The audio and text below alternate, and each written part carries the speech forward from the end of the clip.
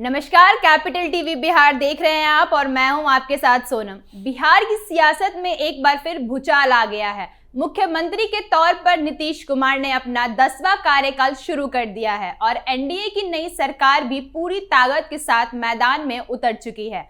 Deputy CM समेत 26 मंत्रियों ने शपथ ले ली है, लेकिन इसी बीच सामने आई एक बड़ी खबर ने सत्ता के गलियारों में सनसनी फैला दी है।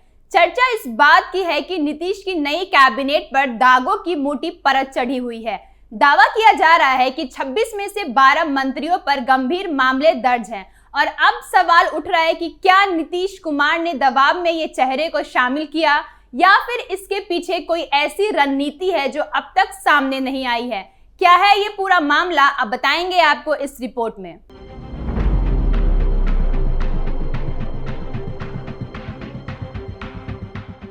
नीतीश कुमार ने पटना के गांधी मैदान में 10वीं बार मुख्यमंत्री पद की शपथ लेकर एक नया राजनीतिक चैप्टर खोल दिया। लेकिन शपथ ग्रहण के इस भव्य मंच के पीछे ऐसा तूफान उठ रहा है जिसने पूरे बिहार की सियासत को अचानक गर्म कर दिया है। मंच पर 2 डिप्टी सीएम विजय कुमार सिन्हा और सम्राट चौधरी मौजूद थे, पर चर्चा उनके शपथ से ज्यादा उस लिस्ट की होने लगी जिसमें नए मंत्रियों के नाम चमक तो रहे हैं, मगर उनके साथ कई सवाल भी खड़े हो गए हैं। कुल 26 मंत्रियों की टीम बनी है और इनमें से 12 पर आपराधिक मामलों की मौजूदगी ने राजनीति में खलबली मचा दी है। सबसे ज्यादा हलचल भाजपा कोटे के मंत्रियों को लेकर है, जहां 14 में से 9 मंत्री आरोपों के घेरे में बताए जा रहे हैं। जेडीयू, हम और लोजपा आर के एक मंत्री भी इस विवाद से जुड़े नजर आते हैं, जिससे मामला और उलझ गया है। इसी के बीच शिक्षा के आधार पर मंत्रियों की लिस्ट ने भी एक नया एंगल पैदा कर दिया है।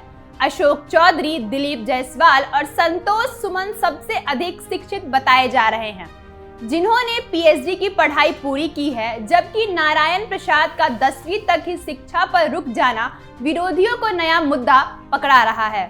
शपथ का समारोह खत्म होते ही सत्ता के इस नए सेटअप पर सवालों की बारिश शुरू हो चुकी है और अब सबकी नजरें इसी बात पर टिक गई है कि ये विवाद सरकार को किस दिशा में ले जाएगा। आपको बता दें, भाजपा से जुड़े कई मंत्री सवालों के केंद्र में हैं।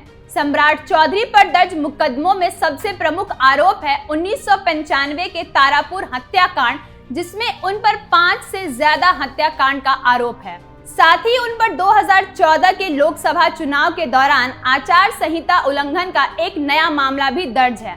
डॉक्टर दिलीप कुमार जायसवाल 3 मामलों के चलते चर्चा में हैं। इसी कड़ी में मदन सहनी पर लोक सेवा से जुड़े विवाद पर प्रशासनिक आदेशों का पालन न करने से जुड़े मामले बताए जाते हैं, जबकि रामकृपाल यादव के खिलाफ धरना प्रदर्शन के दौरान सरकारी कार्यों में बाधा डालने और कानून व्यवस्था भंग करने जैसे आरोपों वाले मामले दर्ज होने की बात सामने आई है। हालात तब और उलझते दिखा जब डॉक्टर सुनील कुमार पर 6 मामलों का जिक्र आया, जबकि अरुण शंकर प्रसाद और प्रमोद कुमार पर एक मामले की बात सामने आई। रमा निषाद भी 2 मामलों के चलते इस विवाद का हिस्सा बनते दिख रही हैं। भाजपा के बाद अब जेडीयू, लोजपा और हम के मंत्रियों पर भी उंगलियां उठ रही है। वहीं जेडीयू के एमडी जमा खान पर स्थानीय स्तर पर राजनीतिक विवाद के दौरान मारपीट और तनाव फैलाने के आरोप हैं। वहीं लोजपा आर के संजय कुमार सिंह और हम के संतोष कुमार सुमन भी 2 मामलों के साथ इस बहस में शामिल हो चुके हैं। वहीं दूसरी तरफ नीतीश सरकार के मंत्रियों की संपत्ति की सूचना सामने आते ही राजनीतिक गलियारों में एक नई सनसनी फैल गई। कई नाम ऐसे हैं जिनकी दौलत ने आम लोगों से लेकर राजनीतिक विरोधियों तक सबका ध्यान खींच लिया है।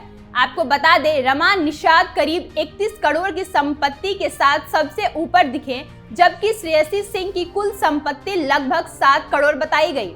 दिलीप जायसवाल की संपत्ति करीब 3 करोड़ के आसपास है। वहीं सुनील कुमार करीब 17 करोड़ की संपत्ति के साथ सूची में शामिल हुए। संजय सिंह टाइगर की संपत्ति लगभग 13 लाख बताई गई, जिससे वे कम संपत्ति वाले चेहरे में आए। अरुण शंकर प्रसाद की संपत्ति भी करीब 3 करोड़ तक दर्ज है, जबकि सुरेंद्र मेहता लगभग 97 लाख की संपत्ति के साथ सामने आए। नारायण प्रसाद की संपत्ति करीब 2 करोड़ के आसपास है और प्रमोद कुमार लगभग 6 करोड़ की संपत्ति के साथ नजर आए। संजय कुमार की संपत्ति भी करीब 3 करोड़ दर्ज है, जबकि लखेंद्र कुमार रोशन लगभग 1 करोड़ की संपत्ति के साथ नए चेहरों में शामिल हुए। लोजपा के संजय कुमार सिंह की संपत्ति करीब 7 करोड़ बताई गई है। आरएलएसपी के दीपक प्रकाश के आंकड़े भी सामने आते ही इन नए चेहरों की सूची में राजनीति में एक और नई चर्चा छेड़ दी है। जैसे जैसे ये आंकड़े पब्लिक डोमेन में आए, राजनीतिक विमर्श में हलचल तेजी से बढ़ी और सवाल अब इस बात का बन रहा है कि क्या टीम के साथ सरकार बिना विवाद के आगे बढ़ पाएगी। कुल मिलाकर नई सरकार की चमक के बीच 2 बड़े खुलासे सामने आए हैं। उन्होंने पूरे राजनीतिक माहौल को हिला दिया है। एक तरफ दागी मंत्रियों की मौजूदगी और दूसरी तरफ करोड़ों की संपत्ति की लिस्ट, दोनों ने ही इस टीम की छवि पर गहरा सवाल खड़ा कर दिया है। अब सबकी नजर इसी बात पर टिक गई है कि क्या सरकार इन विवादों के बीच अपना कामकाज सुचारू रख पाएगी या आने वाले दिनों में ये मामला और बड़ा राजनीतिक तूफान बनकर उभरेगा। इस पूरे मामले पर आपकी क्या राय है, कमेंट बॉक्स में जरूर बताइएगा।